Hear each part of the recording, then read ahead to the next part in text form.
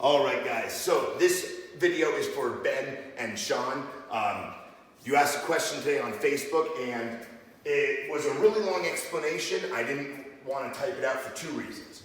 One, I hate typing, and two, I'm bored, and I wanted to do this, all right? No, I like explaining martial arts. So, Sean, you asked the question about, there was a video of a guy, and you asked, oh, can you beat him up?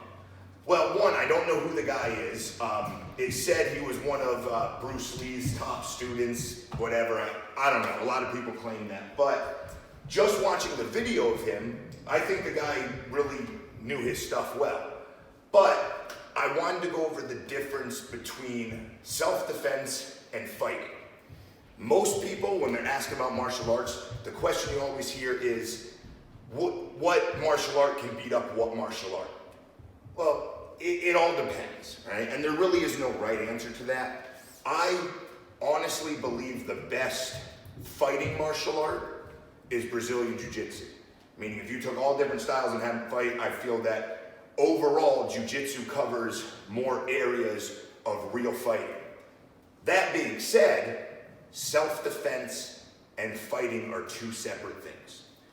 If I'm defending myself, I'm not looking to beat the person up. I just don't want to get hurt, right? Also, in a fight, most people get to like, let's say it's a street fight. Mostly it's two guys fighting or two girls fighting. You mostly don't see it the other way around. And mostly they tend to be somewhat of equal size. What I mean by that is a smaller person mostly doesn't attack a bigger person or start a fight with them. And a bigger person might try to start a fight with a smaller person, but mostly the smaller person doesn't accept it, all right? So all that kind of varies. We are gonna cover self-defense first, all right? So I'm going to use Miss Brittany here, all right? Miss Brittany is one of my head instructors, all right? Obviously, she is smaller. If she was attacked by someone like me, well, if she goes about it the wrong way, she's gonna have a really hard time defending herself. So I'm gonna use Mr. Brown here as one of my assistant instructors. So let's say, Miss Brittany, can you be right here? Yes, sir. Let's say he came up to try and attack Miss Brittany, all right?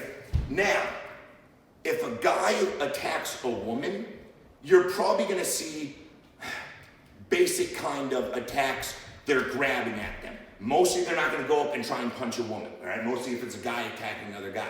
So chances are, the kind of attacks she could see would be chokes, or, and yeah, don't do it yet, or bear hugs to try and grab, yeah, we're not making too much contact right now, or hair pulls, where they grab by the hair. So, that's what you're most likely to see in that situation. Now, I'm gonna have to edit that part out. I've not been having cough. All right, so we're gonna go over an outline of the self-defense, okay? So let's say he grabs her with a choke. We're gonna do the choke one, all right? So he grabs her with a choke. There's no way Miss Brittany's gonna grab his wrist and just pull him off her neck. It's not gonna happen. She needs to use her whole body to rip his hands off the neck, all right? So the way she does that is she comes up and she plucks right there. Now that's gonna give her some momentum, right? So even if the hand doesn't let go of the neck, it's still gonna relieve the pressure, all right? When she does that plucking motion. Now, that only can do so much by itself, so at the same time she does that, she is going to, boom, kick to the groin at the same time. If this doesn't loosen up the hands, the kick to the groin probably will, right? So, she's just stopping the initial threat, right? Boom, here, she hits, now she strikes up high, all right? She just does that just because, right? We go low, we go high, that's why you do it. Now, here's the important part. This is what we call the point of reference, the side clinch. This is extremely important for someone who's getting attacked because chances are the person's bigger than you, all right? If she is in this position, she can at least control the person a little bit and also be able to throw strikes, right? Now, Mr. Brown is stronger than her. He could possibly walk into her, go ahead, but that distance is still there, right? If he walks away, she can still keep that connection, all right? She could go to the side, whatever it is. But with this brace with her arm, she's gonna have room right here to throw strikes, and that's what she wants to be able to do. It's going to be very hard for Mr. Brown to just grab around her, try to grab around her, yeah, because she's got that control, all right? Now, we teach our students just to throw any kind of strikes from here, but I mostly tell people, if you're in this position, starting out with leg strikes is good. She's going to throw some knees, boom, some groin strikes, bang, maybe some headbutt here and there, elbows, anything that keeps that position. One more time here. So she does this again, boom, she strikes, bang, she's there, boom. Now she disengages, and that's a very important part. This is self-defense. If this was a fight, yeah, I'm in a good position. I want to keep going to try to finish the person, but if you're trying to defend yourself, that's not really the purpose. She's trying to get out of there, right? So if she disengages, if she can take off right then, that's exactly what you want to do. I always tell my students, the longer you stay in a self-defense situation, the less chance you have of getting out of that situation. Also, and Miss Brittany's heard me say this a bunch of times, so, I don't mean it in any bad way, but if you're getting attacked by someone a lot bigger and stronger than you, your chances of taking them out or beating them up is highly unlikely. But your chance of defending yourself and getting out, the more you train, the better you get, you're gonna up your chances in all different kind of situations, right? Because again, Miss Brittany, no matter how long she trains, she's not gonna be stronger than me or him or him. Now, that being said, it depends on what you're talking about strength. Miss Brittany, and I'm not even making this up, can do more push-ups than all of us, all right? If we went to go do 100 push-ups right now, she'd finish first, I promise you that. But I weigh 200 pounds, give or take a whole lot. But there's no way that she's gonna out-strength me, right? She can't rely on that, right? She's looking to get some strikes and get out of it. So that's why it's important to remember, in a self-defense situation, that is our ultimate goal. Now, maybe she is in a room, maybe, whatever, that gets into a whole nother area. But that's the idea with self-defense. Now, people ask, what's the best self-defense martial art? Like I said, jiu-jitsu is great for fighting. I think it's awesome for self-defense too.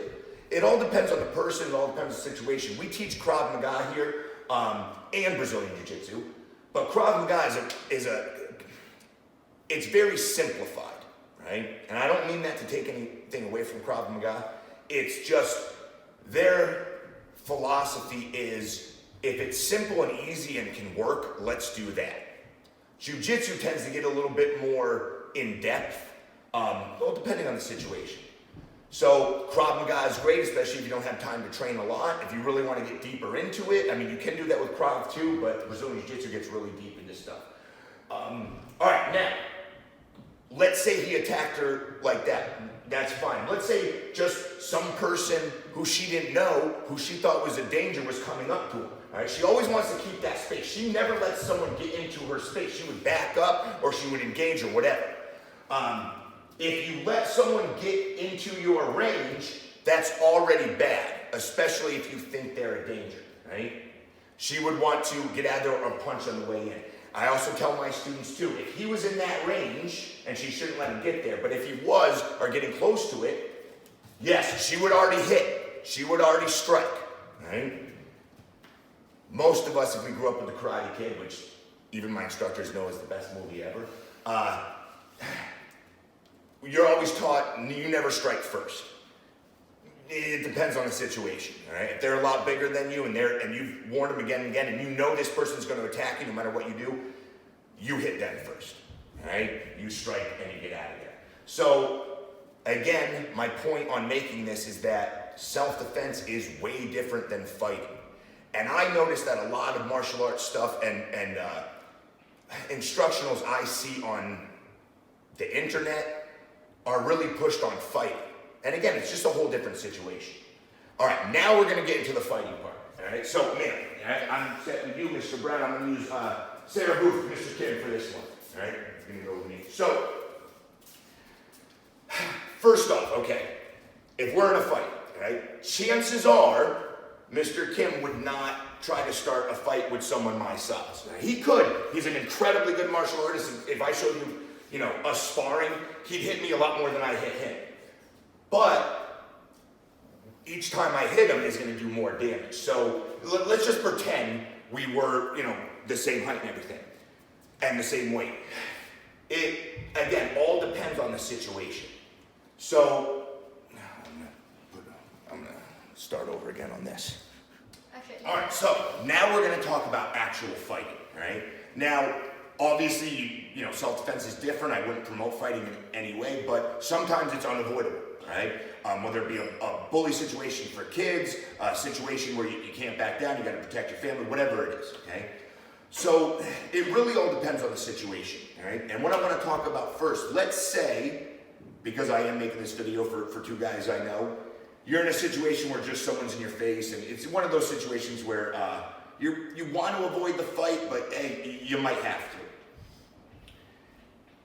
Verbally, you can stop a situation faster than physically, all right? So let's say this person was giving me a hard time. We're, at a party, we're at whatever, he's giving me a hard time, right? First thing I can do, and most of you have seen guys do this before, they'll get in each other's face like that. That's the worst thing you can do. You're basically saying, punch me right in the face right now, okay? Never do that, okay? Also, if he's aggressive towards me and I'm aggressive back, all I'm doing is making that situation worse, right? I should try to stop the situation. So if he's in my face, first thing I do is here. We kind of call this the praise stance, right? Where I'm here. Hey, look, buddy, it's okay. Calm down. Don't want any problems. Let's talk this out. This does two things. One, it gets my hands ready to defend. And two, it calms him down, all right? I'm not being aggressive. I'm being here like, oh, hey, calm down.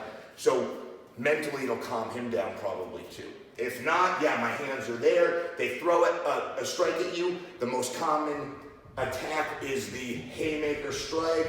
Right? Boom, and I'm right here to be able to control. All right, I'm right here, and to block and to strike and control. So again, that situation, or what we're talking about mainly with that, is just trying to diffuse that situation before it happens. I was watching this one clip on YouTube, and I thought it was really good for this, where two guys got into a fight. It was at a basketball game, and they were in each other's face, and then finally, one of the guys started walking away. Actually, the guy who was the aggressor kind of turned around and walked away. And the other guy said something else, all right? Something mean to him, and boom, they went right back at it. So, yeah, even the kind of talking and language you use can instigate the situation. All right, now, as far as, fighting in general, I talked before about size differences. I mean, it just matters, all right? We've heard in martial arts, people say, oh, size doesn't matter. Yeah, well, to be a little inappropriate here, guys have been trying to use that excuse their whole lives. It's just not true, right? It's not true. Size matters. Now, that being said, a smaller person can beat a bigger person if their skill level is much higher. But if you have a skill level of being somewhat equal, the person who's bigger is most likely going to win that situation. And again, I use Mr. Kim as an example here. Again, we spar upstairs. We spar a lot. And he spars against almost everyone who's bigger than him. In fact, his biggest sparring partner, the guy he spars against all the time, Mike, is 265 pounds, and he's 6'3". Right? Yeah. And again, Mr. Kim will hit him a lot more times than he gets hit, but those couple hits take their toll. And they don't go all out or anything, they're working technique. But Mr. Kim is probably the best stand-up sparrer in our whole school. But yeah, there's a size difference. That's why you don't see the, Floyd Mayweather fight the heavyweight champion, right? That's why they say who is the best pound for pound. It all goes on that situation.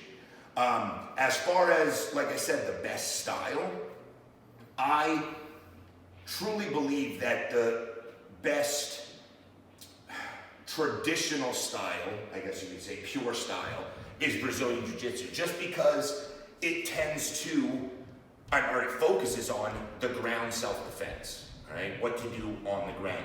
And most fights go there, right? Most fights, people think MMA right now, and I love MMA, but MMA fight is two people who were told they were going to fight for the last 2 months. They've been watching tapes on each other. They have rounds. They're coming in. They're feeling each other out. I'm going to work my offense. I'm going to work my strategy. You're going to work your strategy.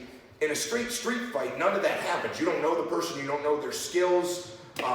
There's no rounds, anything like that, right? So it's just, you're just going right from the beginning. And Brazilian Jiu-Jitsu tends to cover a lot of those areas. Most fights get sloppy. We're not, Conor McGregor and out here. People are just in here swinging and then they get close. So that's why I think it's the best art. Mixed martial arts, right? The UFC, stuff like that. Again, I love those things, but it's weird. It's kind of like the UFC made martial arts better, but the bad thing about it is now everyone thinks, oh, well, that is a street fight. In the beginning, it was a lot closer to a street fight, but it was still a planned fight, right?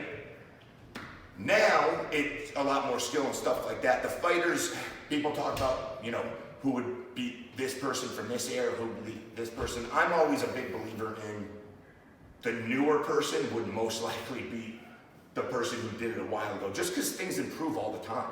Right? I mean, most NFL teams from the 1960s aren't going to beat the NFL teams from today, right? And especially in martial arts, when it started with the UFC, yeah, you had highly trained people, but not even closely compared to the athletes you see today. Not just knowing the stuff, but the athletes. I mean, the level of training and specific training they do is, they're becoming true athletes now, and they have been for the last couple of decades. So it's just totally different. So that's why all the guys, back then, who you see, the guy in that video, yeah, his stuff was probably good, but just the level of today is probably so much better. So yeah, that is, to answer your question, in a much more detailed way than you even asked for. But again, I was very bored. Another thing I wanted to do by making this video was, with everything going on with coronavirus today, a lot of people, they want to train, they want to do something, but they can't get out. Well, at my school, we actually started some online training too. I'm not a huge fan of online training, even though we are starting it, only because I always feel that you can never recreate the atmosphere of a group, right? Being in a class with other people around you, the energy from it, having fun, working with other people, you're never going to recreate that. But in today's time, if we can, well, there's always the second best option. So I'm offering, especially for the rest of the year, for the people, I know, we have fitness kickboxing we're offering here. We have 360 Defense Martial Arts, which is our main program. We're not allowed to do Brazilian Jiu-Jitsu right now because it's contact, but family members, obviously, are allowed to make contact. So I'm also thinking of starting an online partner Jiu-Jitsu course, because with Jiu-Jitsu, you need a partner. You can't do it by yourself. The other one you can, kicking and punching, but you cannot with Brazilian Jiu-Jitsu. So anyone who watches this video, if that's something you're interested in, send me a private message, let me know. I'm basically looking to see when is good times for people and stuff like that. And any questions, leave them in the comments and I will answer all of them. All right, thank you, Mr. Kim.